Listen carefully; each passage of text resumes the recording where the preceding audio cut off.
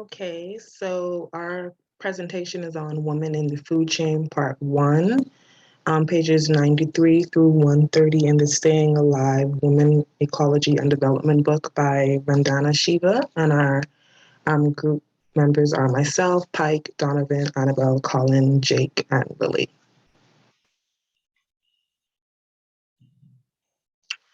So to begin, chapter 5 of Women in the Food Chain by Vandana Shiva goes into how women and peasants have been displaced from the agricultural industry and how the Green Revolution, or large agribusiness companies, has replaced them with men, machinery, and factories.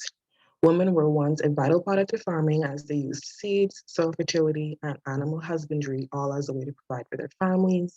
And since it is no longer in their hands, many people have lost their right to food, and also the environment is extremely unbalanced. A key part of this chapter describes how women have been traditionally in charge of seed collection and care, and how this has switched to corporations controlling who has access to seeds in the first place.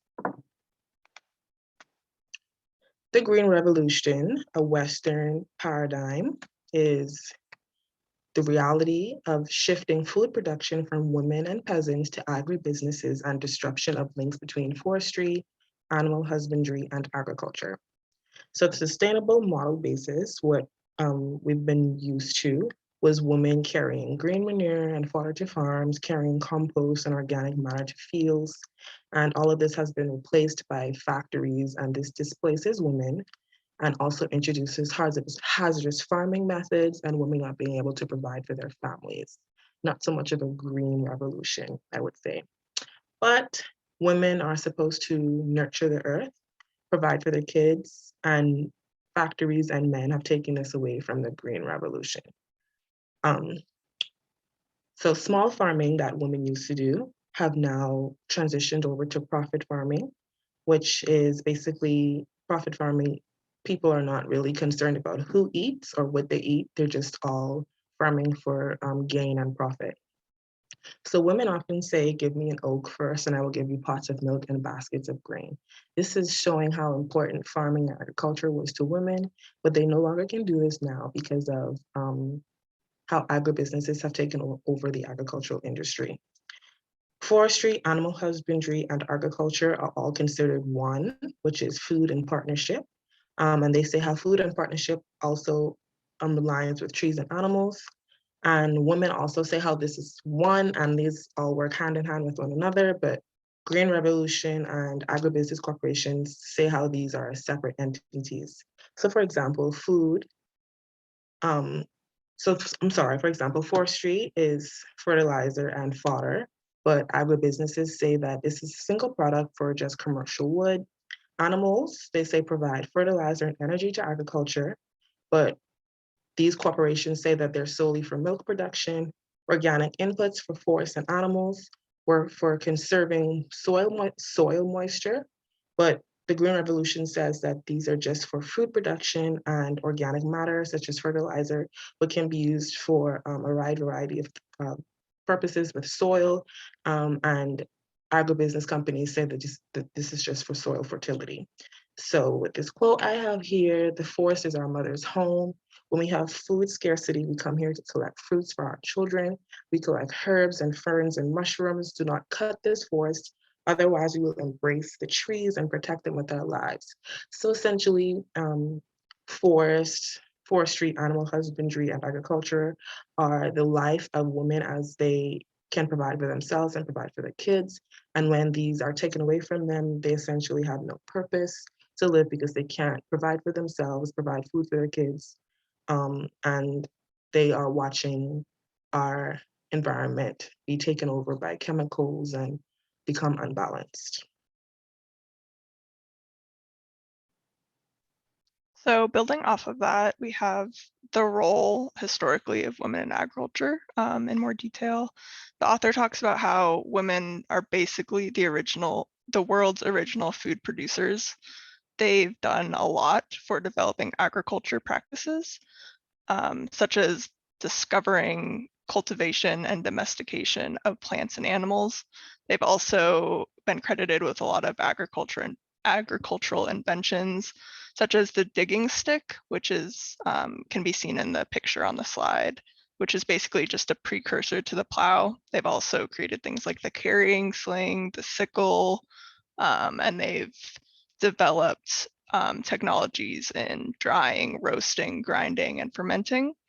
They've also been responsible for a lot of food storage innovations.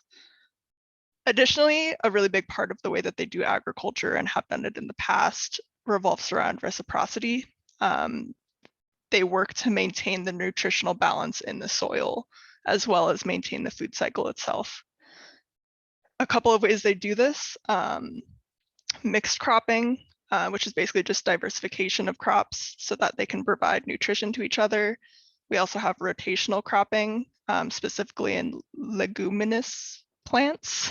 There's also a really strong focus on the balance between livestock and crops, so that cattle, for example, can return nutrition to the soil. Farm animals are a really central role in preventing an exploitative relationship with the earth. They've also kind of recognized the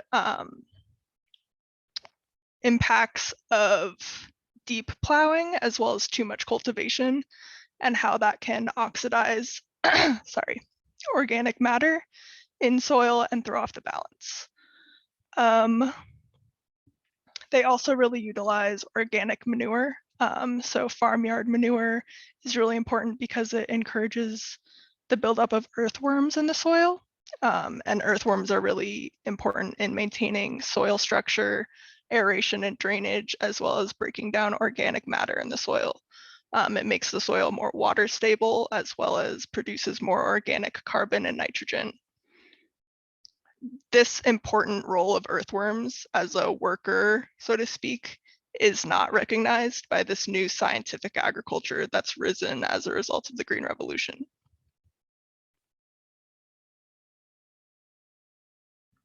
So next up, to build on how Annabelle has described what life was like before the Green Revolution, in contrast to that, women had an important role in agriculture historically, but the Green Revolution kind of flipped this idea around, messing up a lot of the social systems in the process.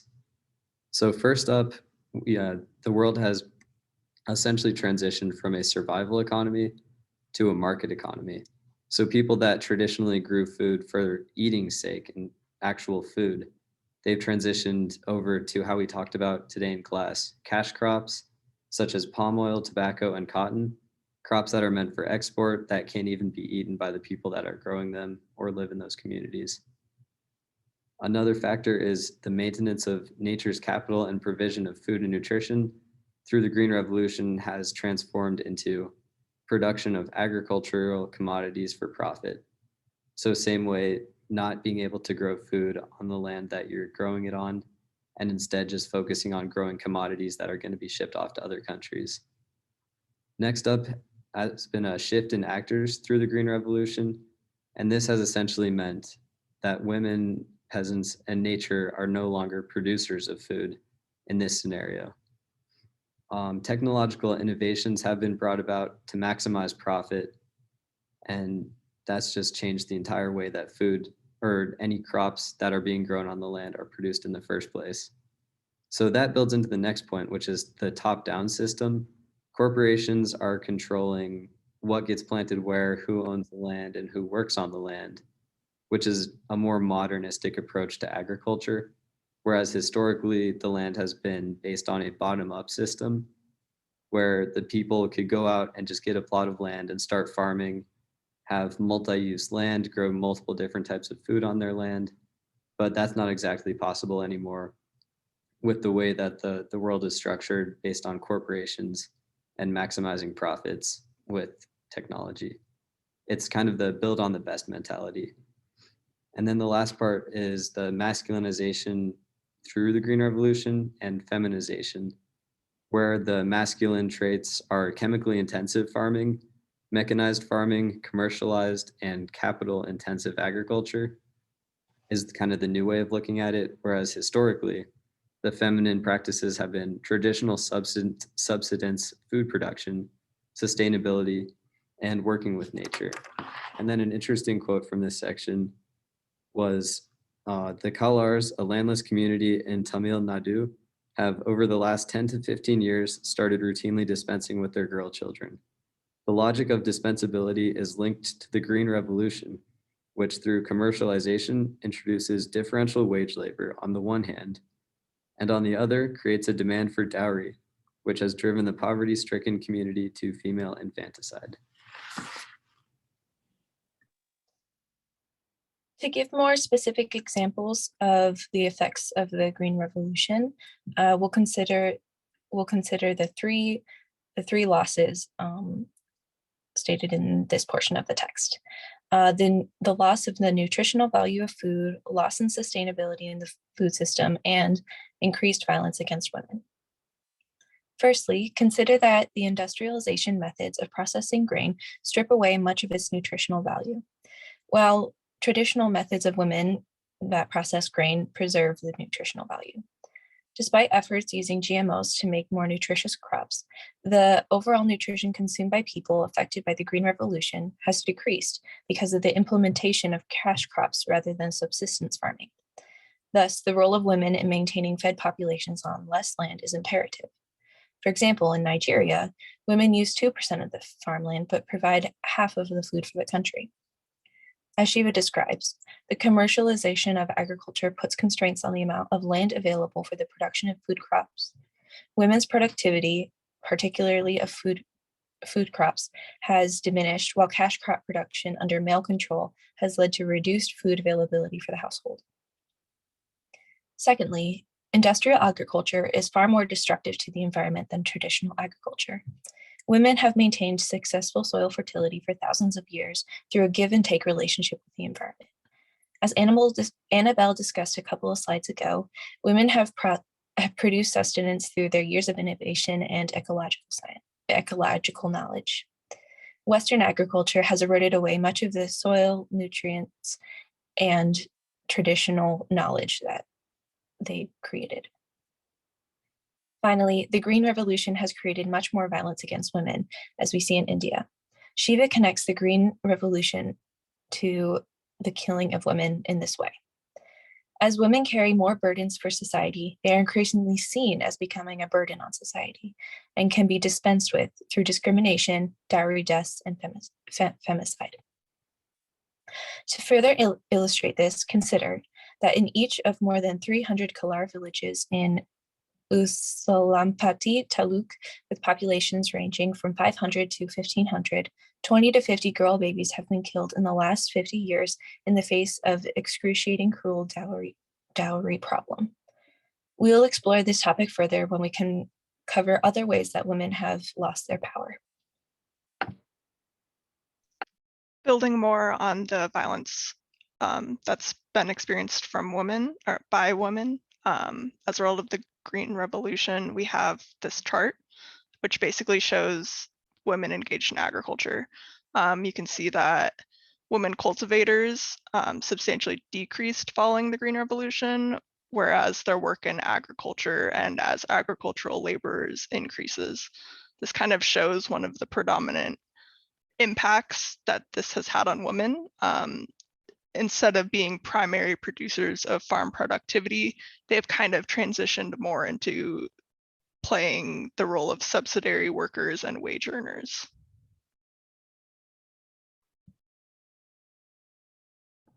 Yeah, and as that change in status of producing food that's needed to survive into not producing the profit that the Green Revolution needs, women and girls have become devalued in both society and in the home in these areas that are experiencing the effects of the Green Revolution.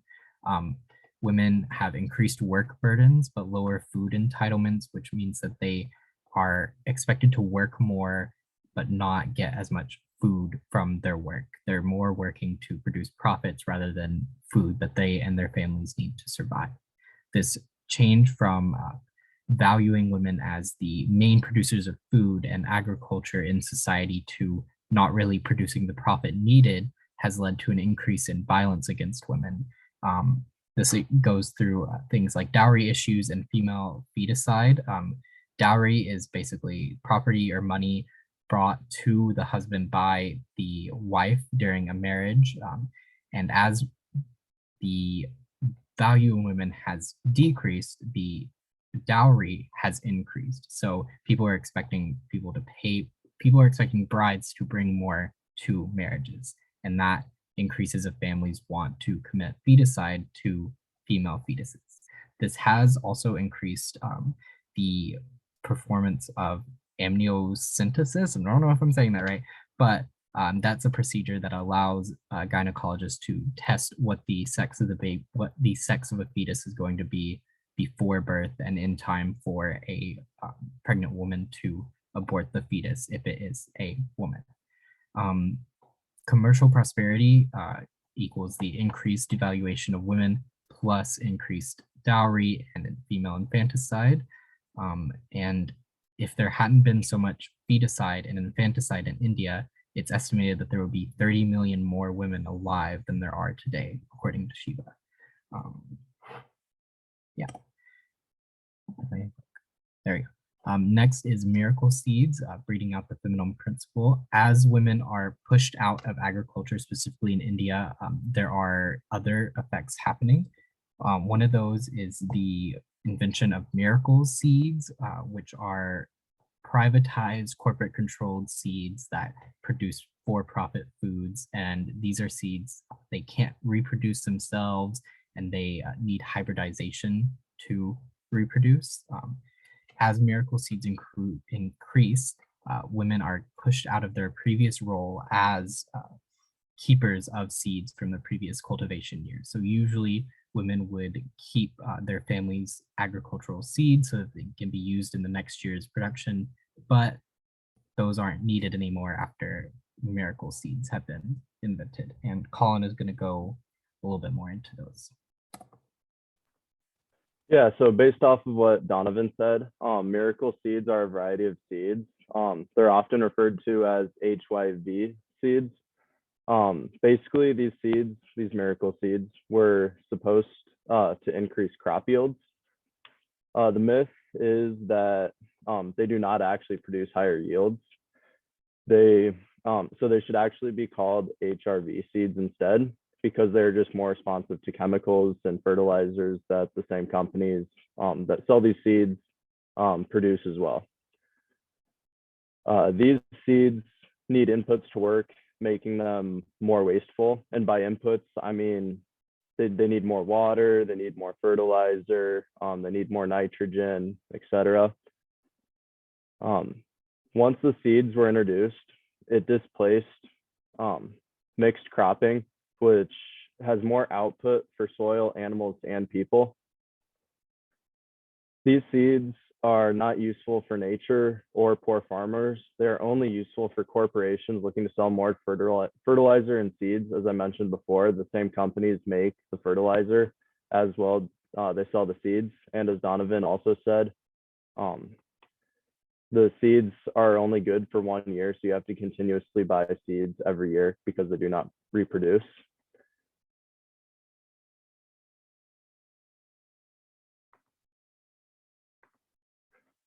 And then this graph is the inputs and outputs per acre for traditional and HYV sorghum, which is a crop grown in India. And so looking at this graph, you can see the HYV seeds require higher costs and inputs and produce less outputs, which is not ideal for the people farming.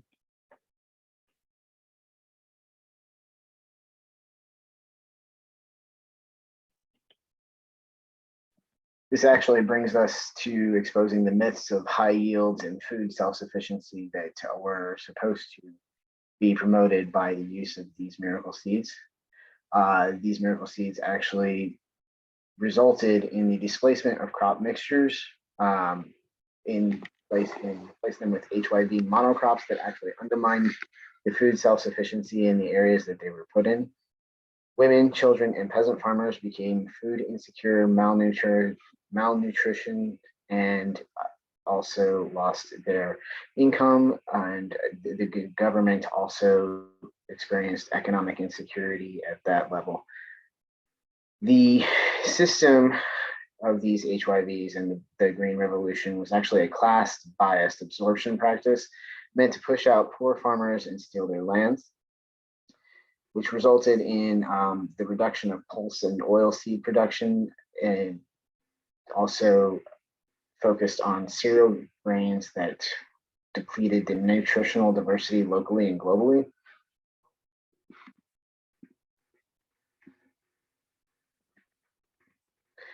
This graph here shows the difference in the nutritional content for these food crops. You'll see the proteins, minerals, calcium, and iron contents between the Bara, Raji, Jawar, and versus milled wheat and milled rice that they were forced to replace their crops with. And as far as the proteins go, they're very close, but when you get into the minerals and the calcium and the iron that are needed in your diet, the difference is vast. At the macro level, the myths are even worse. The surplus that was shown in these stocks, it was actually created by a lack of purchasing power from poor families. Food stocks may have risen from 63 million to 128 million tons, but consumption fell from 480 grams per capita per day to 463 grams per capita per day. That's per person. The buffer stocks in these countries actually wound up being a better indicator of poverty than actual surplus. Large numbers of peasants who produce food for themselves have been displaced from agriculture and do not have enough purchasing power for the commercially produced items and distributed food. Their farm ecosystems have suffered soil degradation, waterlogging, salinity, and desertification, which further decrease productivity rather than increasing it. The changes in cropping patterns in Punjab are shown in this by percentage of cropped areas. You can see that from 1966 to 1986, as wheat and rice became more invasive in these areas, the pulses and the oil seeds were drastically reduced, which in turn had negative effects on the nutritional value of the indigenous population. So the diversity that works against the logic of centralization and control had to be destroyed for these concepts of the Green Revolution to work. Diversity had to be taken out.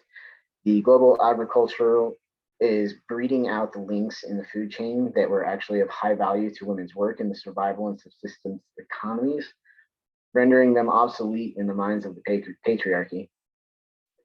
Using hybrid seeds that cannot reproduce to ensure that people are dependent on the company for the next crop created further adversity. Indigenous crops that have a high nutrient value and higher straw yield compete with wheat and have been deemed weeds by the IRRI. Farmers were actually forced to kill these nutritious products in many countries. And those that have tried to retain the diversity are removed and replaced with people who will actually follow orders. The IRRI was actually founded by the Rockefellers and the Ford Foundation and created the change from indigenous rice crops to the HYV rice, which actually created a reduction in yields of straw from the rice crops. Had repeated failures in the rice modifications that proved them unsustainable in nature for the program. The indigenous rice varieties had survived thousands of years in the appropriate environments and were able to evolve to resist pests and climate issues, but the IRS was not. 20,000 variations of the indigenous rice were saved by a native Asian that was actually eventually removed from his post by the IRI and replaced with somebody that would go ahead and follow orders. And then he went to another country and was able to save these rice varieties for future generations. Now organically fertilized wet rice with broad beans is proving yields of 2 to 3 times higher than the IR engineered rice that was introduced during the Green Revolution.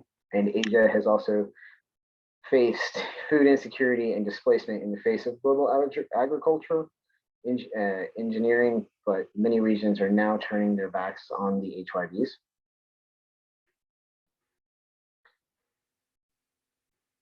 The post-green revolution shows that many countries have begun to revert to traditional seeds and agricultural practices. These returns to traditional care for the land will likely result in the renewed understanding of the value of women in these countries as they return to the caretaker positions over land and animal husbandry. Food insecurity can be reversed and biodiversity renewed, which will lead to a healthier population and environment on a global scale if we can abandon our dependence on these cash crops. In conclusion, the glaring failures and destruction brought about by the so-called Green Revolution has directly impacted women and caused damages in the health, the environment, economies, and in the trust of people. Nothing is too big to fail. As these countries stand up for themselves one by one and return to natural agriculture, the proof of these failures in the Green Revolution will become more apparent. There are billions of us and only a handful of them. We simply have to say no enough times and long enough. The alternatives will take some work and time, but it is worth it to do the work. The post-Green Revolution's era could be based on a recovery of genetic diversity, self-renewability, and self-sufficiency in food production, with control in the hands of those who provide sustenance.